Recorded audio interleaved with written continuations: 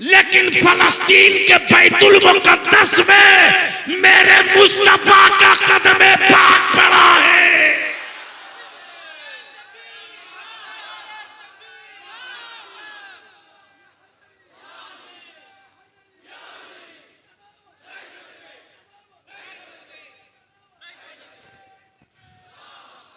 तब बलिया भी कहता यजीद का रिश्तेदार अमेरिका, तवज्जो चाहूं। यजीद का रिश्तेदार अमेरिका और इजराइल का दल्ला भारत का हाफ पॉइंट वाला आरएसएस। कान खोल के सुन, जब करबला में नबी के लखते जिगर हुसैन का कदम पड़े तो आज भी करबला का नारा लगे तो कुफ्र के हवेलियों में जलजला आने लगे। आज फलस्तीन का नारा लग रहा है, कुफ्र पानी पानी होके पिघल रहा। इसलिए हिम्मत है तो रोक लो। बलिया भी तो आखिरी सांस तक सूली पर लटक के भी बोलना पड़ेगा, तो सर उठा के बोलूंगा। और अगर तुम डरपोक नहीं हो तो तुम भी बोलो। फलस्तीन, एक भी मुसलमान का हाथ नीचे न रहे। फलस्तीन, फलस्तीन, फलस्तीन, फलस्तीन, फलस्तीन। अब एक नारा लगाऊंगा, बैतुल मुकद्दस, तो आप कहेंगे लेके रहेंगे। तवज्जो चाहूं। अगर आलिम डरे नहीं है तो आलिम डरे नहीं है, और आप भी नहीं डरने वाली कौम हो तो डरना मत। बस शुरू करता हूं। एक मर्तबा फलस्तीन, उसके बाद बैतुल मुकद्दस। मैं बोलूंगा बैतुल मुकद्दस, आप क्या बोलोगे? आप क्या बोलोगे? फलस्तीन, फलस्तीन, बैतुल मुकद्दस, बैतुल मुकद्दस, बैतुल मुकद्दस, बैतुल मुकद्दस, बैतुल मुकद्दस। लेके रहेंगे। लाशों की गिनती नहीं करेंगे, बैतुल मुकद्दस की अजमत की फिक्र करेंगे। इसलिए कि कुफ्र की मंडियों में खरीदे हुए माबूदों के सजदे करने वालों, मौत से उसे डराना। समझो चाहूं हजरत, कई सौ पेज की मोटी किताब एक जुमले में पढ़ने जा रहा हूं। कुफ्र की मंडियों में खरीदे हुए खुदाओं के सजदे करने वालों, मौत से उसे डराना जिसे अगले जन्म में कुत्ता बिल्ली बनने का डर हो। अरे समझ गए हो तो बोल दो, बोल। हमें मत डराओ, हम तो पैदा ही हुए हैं मर के अपने मुस्तफा को देखने के लिए। इसलिए कि कयामत का दिन तेरे यहां नहीं है, मेरे यहां। कयामत तेरे यहां नहीं है, मेरे यहां। बोलो सही है कि गलत है? जोर से बोलो ना। अच्छा, रत्ती रत्ती का हिसाब इंडिया में होगा कि कयामत में? एक एक सांस का हिसाब बाप बेटे का हिसाब गांव में होगा कि कयामत में? शराबी और नमाजी का हिसाब गांव में होगा कि कयामत में? तो जिसके यहां कयामत का कोई तस्वुर ही ना हो तो वो सोचता है कि उसका जो कुछ है वो यही है। अब जरा से इसको यही रोक लेना। मेरे बच्चों को डेमोराइज मत करो हुक्मरानों। बलिया भी पटना बिहार की राजधानी में रहता जरूर है, लेकिन बंगाल से नजर नहीं हटाता है। अभी बिहार और झारखंड में चल रहा है तहरीके बेदारी, बंगाल में दाखिल होऊंगा। देखेंगे उन शोरमाओं को जो मेरी कौम के बच्चों के भोलेपन में जहर का सुरमा लगाकर अंधा करके अंधभक्त बनाना चाहते हैं। और माफ करना, किसी भी सिलसिले का कोई पीर हो, किसी भी सिलसिले का, किसी भी सिलसिले का, रज़वियों के अशरफी, कलीमियों के हबीबी, नक्शबंदी हो के सोहरवर्दी, है किसी पीर में दम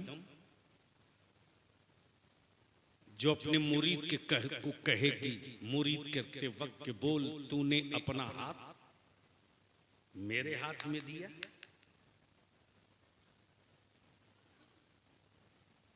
हजरत, है किसी पीर की औकात? नहीं। सिलसिला चाहे जो हो, हर पीर यही कहता है, कह मैंने अपना हाथ पीराने पीर गौसे आजम के हाथ। फिर लड़ाई किस बात की?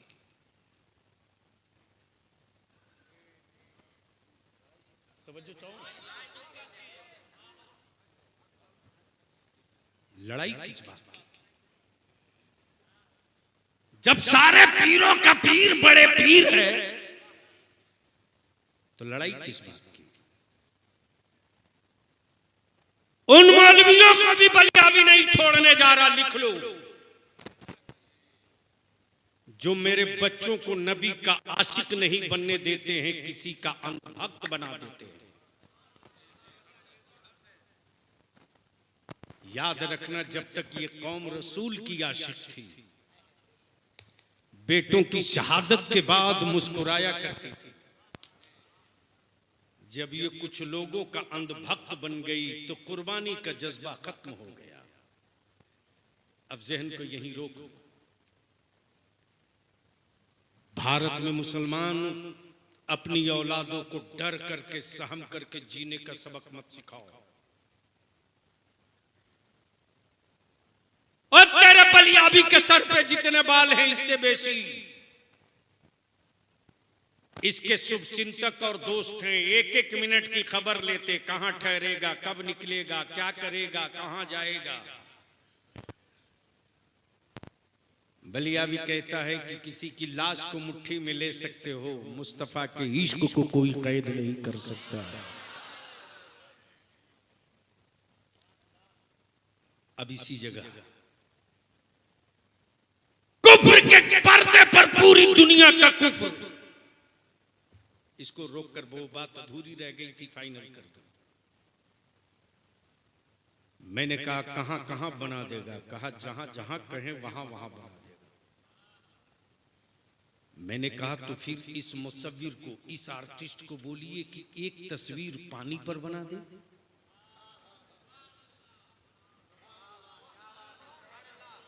समझ गए हो तो बोल लो, बोल लो, बोल। एक तस्वीर पानी पे बना दे। मैंने कहा ये जाली मुसव्विर और जाली आर्टिस्ट है। असल मुसव्विर तो मेरा परवरदिगार है। तवज्जो चाहो। बाप के शरीर का 2 कतरा पानी, मां के वजूद का 2 कतरा पानी, पानी पे पानी से क्या प्यारी तस्वीर बनी। तवज्जो चाहो, तवज्जो चाहो। बोल यार, बोल दे, अरे बोल यार। क्या प्यारी तस्वीर बनी। तस्वीर बोलती भी है, तस्वीर मुस्कुराती भी है, तस्वीर चलती भी है, तस्वीर खाती भी है, तस्वीर हंसती भी है, तस्वीर रोती भी, तस्वीर रोती भी है, हंसती भी है, खाती भी है। इसी तस्वीर में मोहब्बत भी है, हमदर्दी भी है, भाईचारा भी है, खुलूस भी है, कुर्बानी भी है, इसार भी है, तहजीदुहिया भी है, गिरियोजारी भी है, माफ करने का जज्बा भी है, बख्श देने की आदत भी है। और इसी तस्वीर में सखावत का कलेजा भी है, शुजात की हिम्मत भी है, शहादत का हौसला भी है, और नबी के इश्क और अजमत के लिए लड़ने का जज्बा भी है। लेकिन कौन समझाएगा?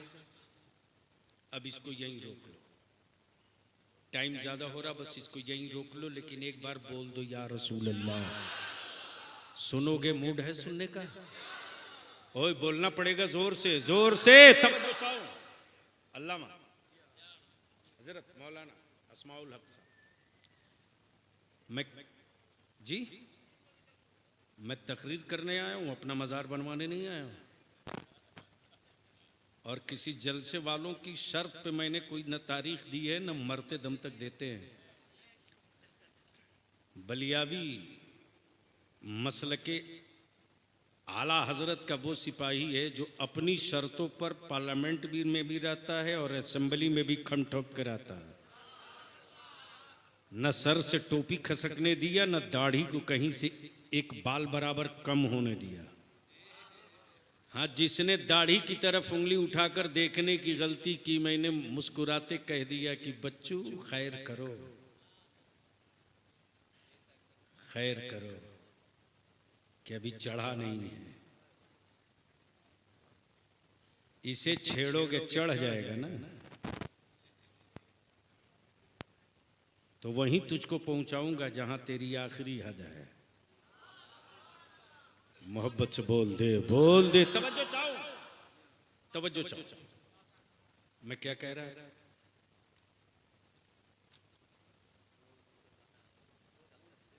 वो तो बात पूरी हुई। अरे हजरत हो कहां इतना स्लो 5G के दौर में? बस रोक लो यहां मुसलमानों।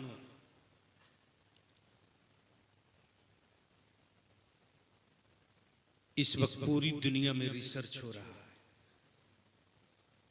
गरीबों की लिस्ट में मुसलमान सबसे आगे, बेरोजगारों की मंडी में मुसलमान का बच्चा सबसे आगे। वोट देने के बाद भी चपरासी का नौकरी जिस कौम को न मिले वो मुसलमान है। बोलो सही है कि गलत? जोर से बोलो, सही है कि गलत? ये बात अगर बलियाबी बोलता है तो सियासी पार्टियों के कलेजे में दर्द होता। तो बलियाबी जिस पार्टी से सियासत करता उस पार्टी को भी नहीं छोड़ता, नकेल कस के रखता। अगर हो सके तो 3 रोज पहले बीपीएससी का, बिहार सर्विस कमीशन का रिजल्ट आया है। 850 बच्चे क्वालिफाई किए, उस 850 में 55 मुसलमान का बच्चा है। लेकिन मेरे मुताबिक नहीं है। खोटा ठोक के निकला हूं कल कि ऑफिसरों को कह दीजिए एक मर्तबा रिव्यू कर ले, रिव्यू कर ले। मत अपनी औलादों को डर के जीने दो। भारत की मिट्टी से प्रेम कोई और करे ना करे, मुसलमान तो आखिरी सांस तक करेगा। तवज्जो चाहो। आप कहोगे क्यों? शहरों में बम मार के मेरी दुकानें लूट ली, हम प्रेम करेंगे। दंगे में मेरे बच्चों को जला दिया, हम मोहब्बत करेंगे। मेरे बच्चों का रोजगार छीन लिया, टेररिस्ट करके जेल में डाला, हम प्यार करेंगे। क्यों? इसलिए कि अल्लाह एक, वहदहुल्ला शरीक, बेमिसलो बेनजीर,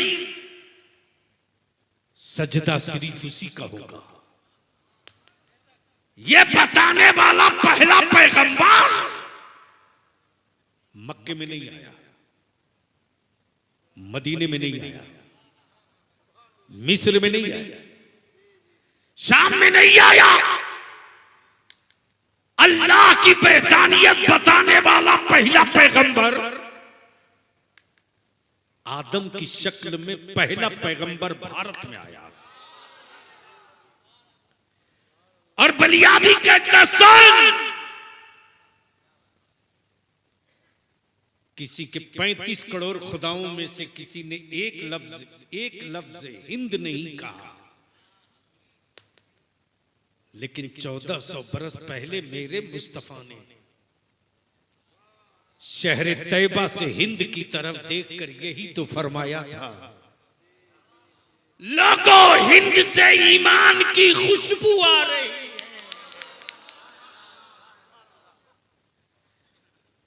तो जिस देश का नाम मुस्तफा ले,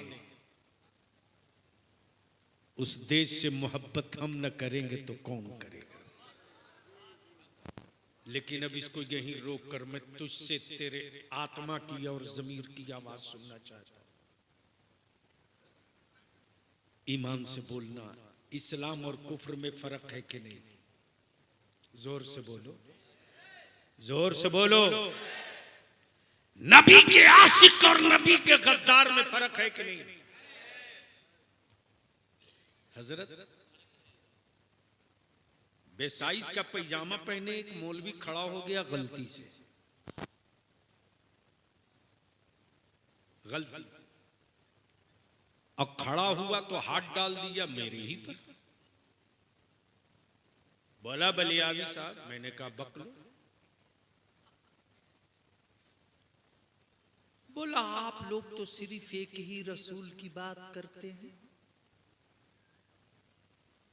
मैंने कहा वही अव्वल वही आखिर, बीच में सबकी होगी। बस आंख खोल के देख ले। कहा एक ही रसूल, तो एक ही नबी की बात करते करते आप लोगों का मन उकताता नहीं है? उकताना समझ रहे? बंगाल में क्या बोलते हैं? थक जाता है।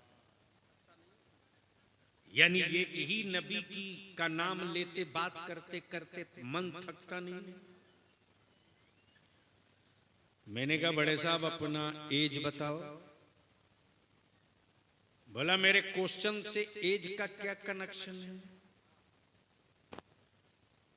मैंने कहा माफ करना, जिस बलियावी की परवरिश हुई है उसका नाम, जिस बलियावी की परवरिश, बलियावी की जिसने परवरिश की है उसका नाम रईसुल कलम अल्लामा अरशदुल कादरी है।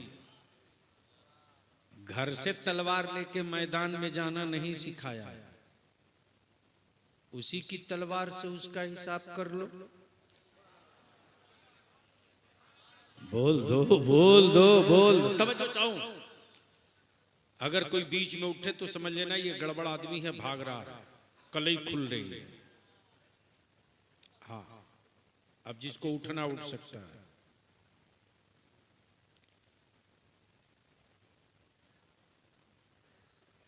बस प्लीज प्लीज, ज्यादा नहीं, बहुत देर तक बोल दिया। 45 मिनट 50 मिनट से बेसी तो बलियावी की तकरीर ही नहीं होती।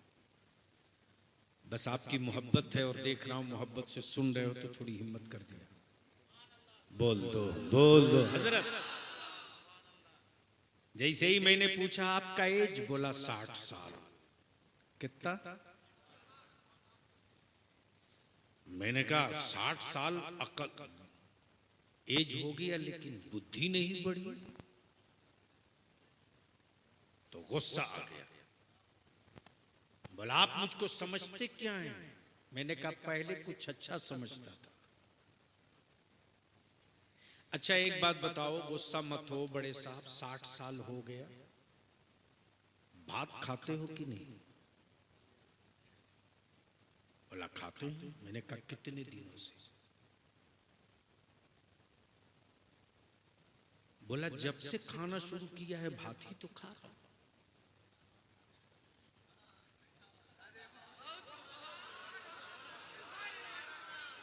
जोर से, जोर से। मैंने कहा वो गोला?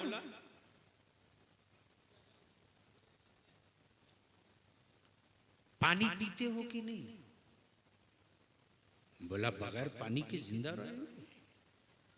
मैंने कहा कितने दिनों से पी रहे हो? बोला जब से दूध पीना शुरू किया तब से पी रहा हूं।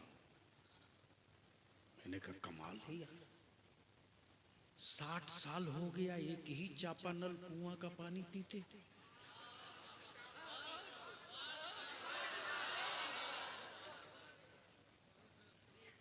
48 घंटे के लिए पानी बदल दो। गुस्से में मौलवी बोल पड़ा पानी बदल दूंगा, तो पानी चढ़ाना पड़ेगा। मैंने कहा तो फिर पानी उतरवाने यहां क्यों आ गए?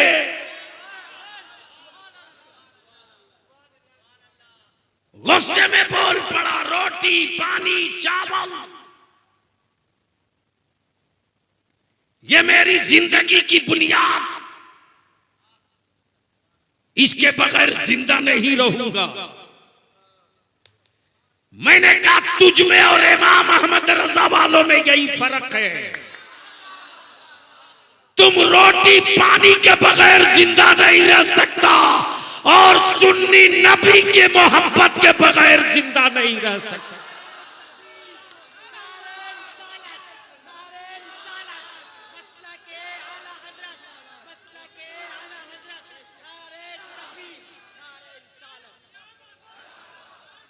खड़ा हो जाओ, चारों तरफ हाथ उठा के लगाओ मरहबा। आए हाय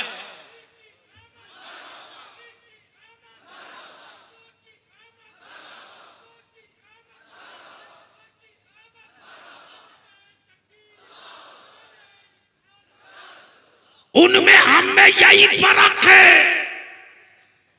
जब उन्हें चोट लगती तो वो सऊदिया सऊदिया बोलता और हमें चोट लगती तो हम नबी नबी बोलते। लेकिन गैरों में दम नहीं था रे मजबूर तुमने किया मुसलमान। भारत का कोई स्टेट बचा नहीं तेरे बलियाबी से, लेकिन बंगाल में किसी की औकात नहीं थी जो नबी वाले को आंखें दिखाता। हम तुझसे तेरी औलादों के भविष्य की भीख मांगते हैं, तुझसे तेरी औलादों की भविष्य की भीख मांगते हैं। दौलत नहीं अपने बेटों का भविष्य दे दो। और